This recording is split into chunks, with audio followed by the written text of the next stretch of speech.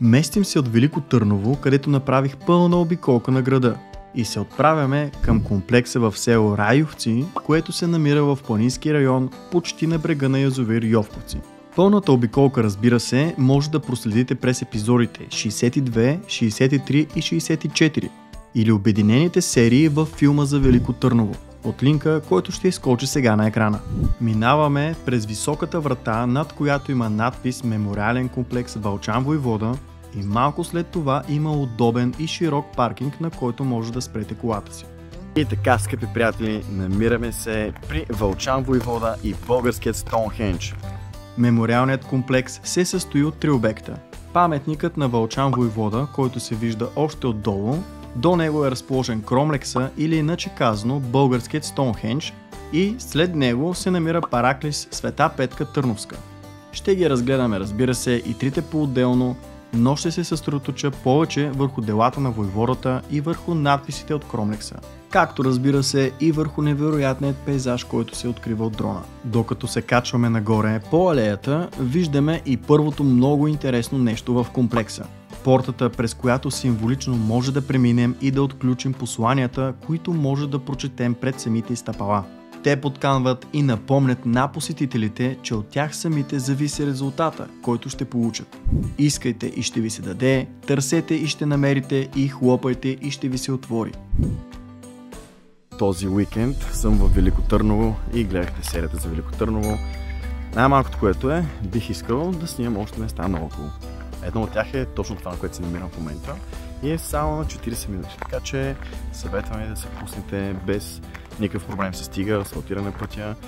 Една идея по тесене, но забавен е, така малко е на вълни, нагоре-надолу, като влакче на ужасите, само че не е толкова ужасяващо.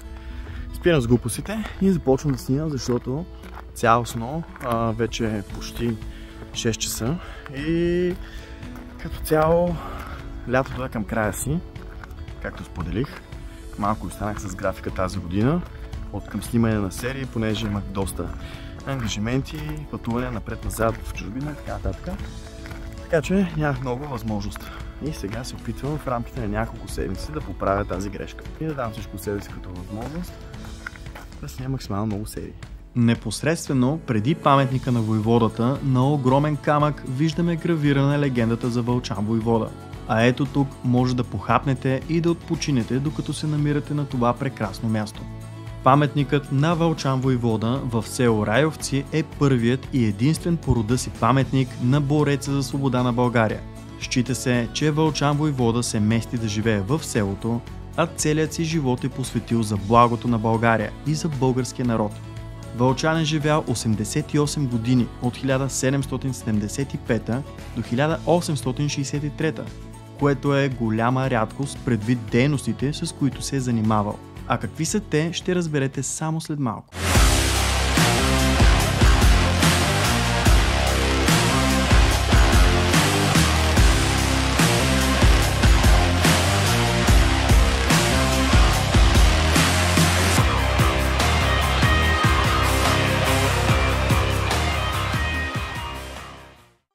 Паметника е издигнат през 2015 година в местността, известна като Вълча поляна.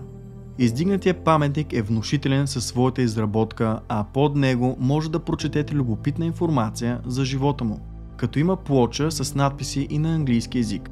Всяка година на 27 и 28 август се чества паметта на Вълчан войвода и се организира фестивал с много интересно име Звезди под звездите, което всъщност е и фундацията, която стои зад самия обект.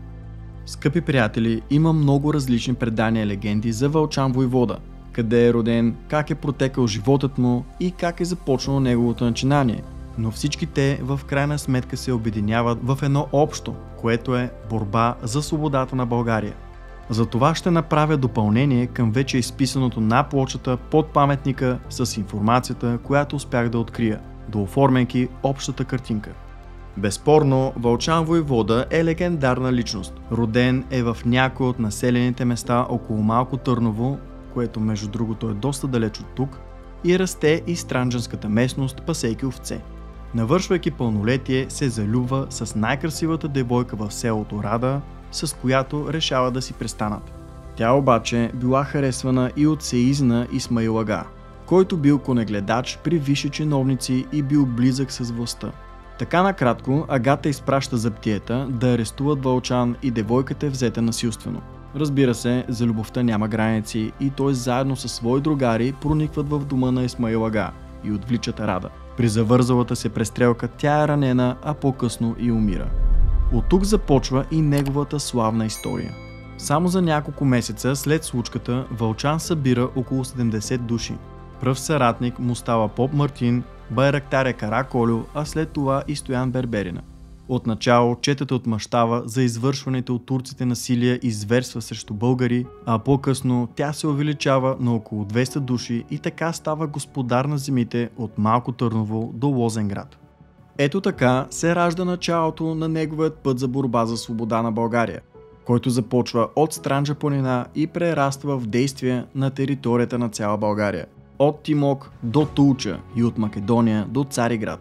Наистина огромна територия. Много важна и ключова фигура било приятелството му с Емин Ага, който се е издигнал до секретар на султана. Така той имал сведения за керваните, с които се пренасят събираните данъци към столицата и ги нападал, ограбвал и складирал в известна само на него пещера. Също така, легендите говорят, че е откривал тракийски и римски съкровища и натрупване сметно богатство, което забележете как възнамерява да ползва. През пролетта на 1812 година Вълчан изпраща пратеници до цар Александър I с начало поп Мартин, който да го убеди да обяви война на Османската империя и да освободи България. Вълчан предлага пълно обезщетение, като е готов да плати абсолютно всички разходи, които ще генерира цялото начинание.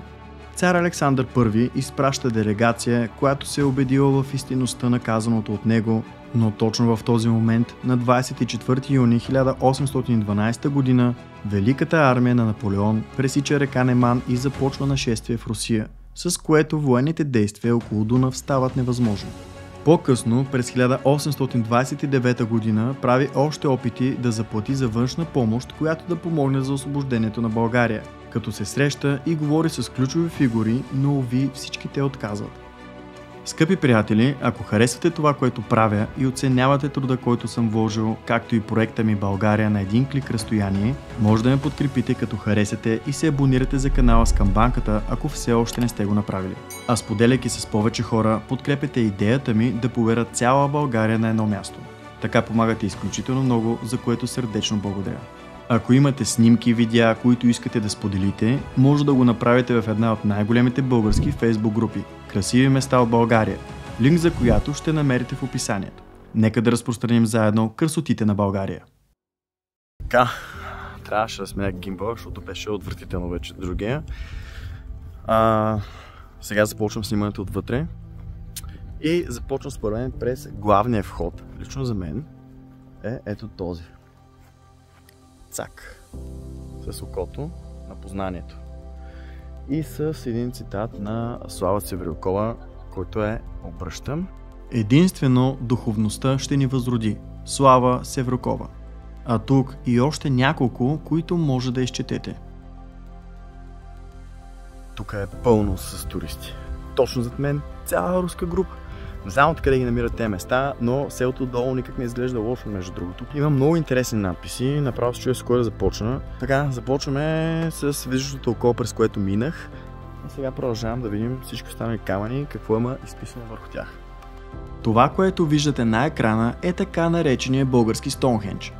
По принцип, кромлексите представляват големи каменни блокове, наредени в кръг, които са били използвани за култови ритуали от древните траки от 8 до 6 век преди Христа. Този тук е изграден през 2017 година, като всеки от неговите големи каменни блокове има своето послание към посетителите на мястото. Идеята е думите, които стоят там, да напомнят откъде идваме, кои сме и на къде отиваме. Тук има много послание, като на едни от камъните стоят думите на нашия известен поет и революционер Христо Ботев, който казва: само онзи, който е свободен, само той може да се нарече човек в пълния смисъл на думата. Освен думите на Ботев, тук ще видите и мисли на Левски, Стефан Стамболов, Гоце Делчев, Пачо Киро, Колю Фичето и още много други. И докато обикалям Кромлекса, ще довърша и изключително любопитната история за Вълчан войвода. А вие може да паузирате и да изчетете написаното по камъните. Много легенди остават обвити в мистика около живота на Вълчан, но една огромна част от тях е свързана с скритото съкровище на войводата. И досега стотици, ако не и хиляди маняри продължават да го търсят.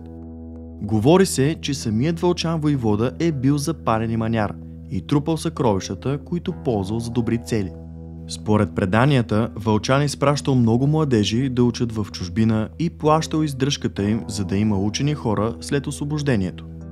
И сега тук идва може би най-интересната част с момента, който е на границата между митологията и реалността, като има много интересни съвпадения, след като се поразрових малко повече. Още една доста любопитна подробност е, че името на Вълчан войвода е свързано и с имената на известните братя Христо и Евлогий Георгиеви, като той ги спонсорира в учене и бизнес. Чрез тях Вълчан дарява пари за построяването на Софийският университет Свети Климент Охридски. Едно от доста интересните странни съвпадения, така да го кажем, е, че братята Георгиеви са се познавали с Вълчан войвода по времето, когато и тримата са пребивавали в Румъния. Стремежът и на тримата е бил да съдействат за освобождаването на България и да подпомагат възраждането й. Ето откъде и те се здобиват с такива крупни за времето си суми. Преди края на дните му, които протичат в Тулча, Вълчан войвода оставя карта с координати на съкровищата, които са заровени из Странджа планина. Наследниците на Вълчан войвода, които живеят в днешна Румъния, също са обикаляли из Странджа неведнъж, в опити да открият съкровището, но уви. Съкровището на Вълчан войвода все още се търси на много места в страната.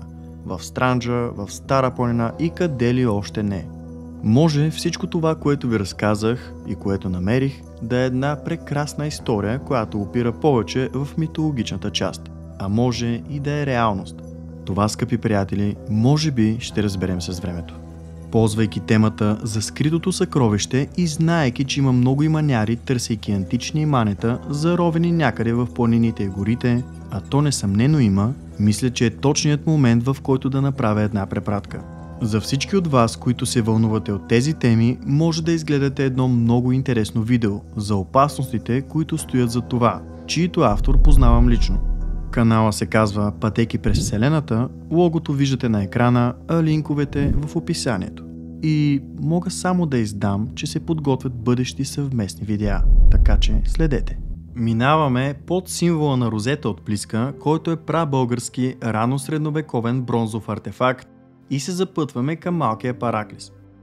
Минаваме покрай огромно дърво, под което има пейки и стигаме до табелата на Параклиса. Може да запалите свеч за здраве или да се помолите или просто да усетите спокойствието на мястото.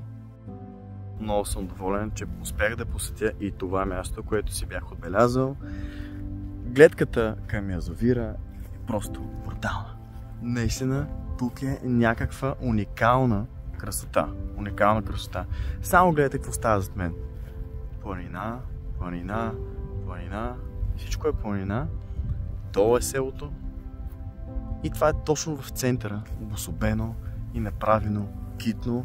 Има си беседки, има си пейки, църква, Стоунхенджа. Видяхте надписите, видяхте цитатите. Много са силни. Много са силни. Надявам се голяма част от вас да могат да ги разберат. От сорта на Слава Северокова, примерно. Познанието и така нататък.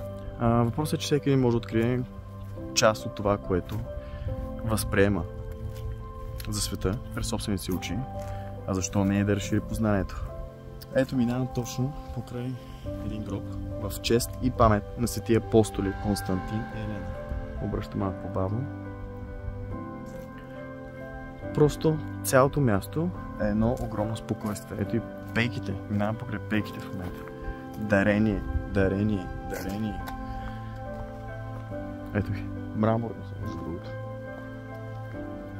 В горещините ще е доста добре като идея за прохладност. Сега мисля да ви кажа чао и да отида да се насладя на гледката, защото има ни точно две пейчици, ей там долу, точно до паметника на Вълчан войвода, на които мога да си седна. Рядко така оставам Без думи, но не мога да кажа нищо повече, защото просто е уникално. Много ми харесва и силно ви препоръчвам да го посетите. Залезът мен е брутален. Топ време. И така, това съм близо до тази мечка. Ето и нея. Добре, чао от мен. Отивам се наслаждавам на останалата част от времето, преди да залезе слънцето напълно. И отново към Велико Търново и после към следващите дестинации. А вие, разбира се, следете си интерес. Чао! Не знам дали забелязахте, но тук има една много интересна порта, която се намира буквално в нищото. Има изписани послания от двете страни, като от едната страна на едната колона са на латински. Може да паузирате и да изчетете написаното, понеже аз вече го направих. И както с портата в началото, така и с тази ще мина през нея. Да активирам и тази порта.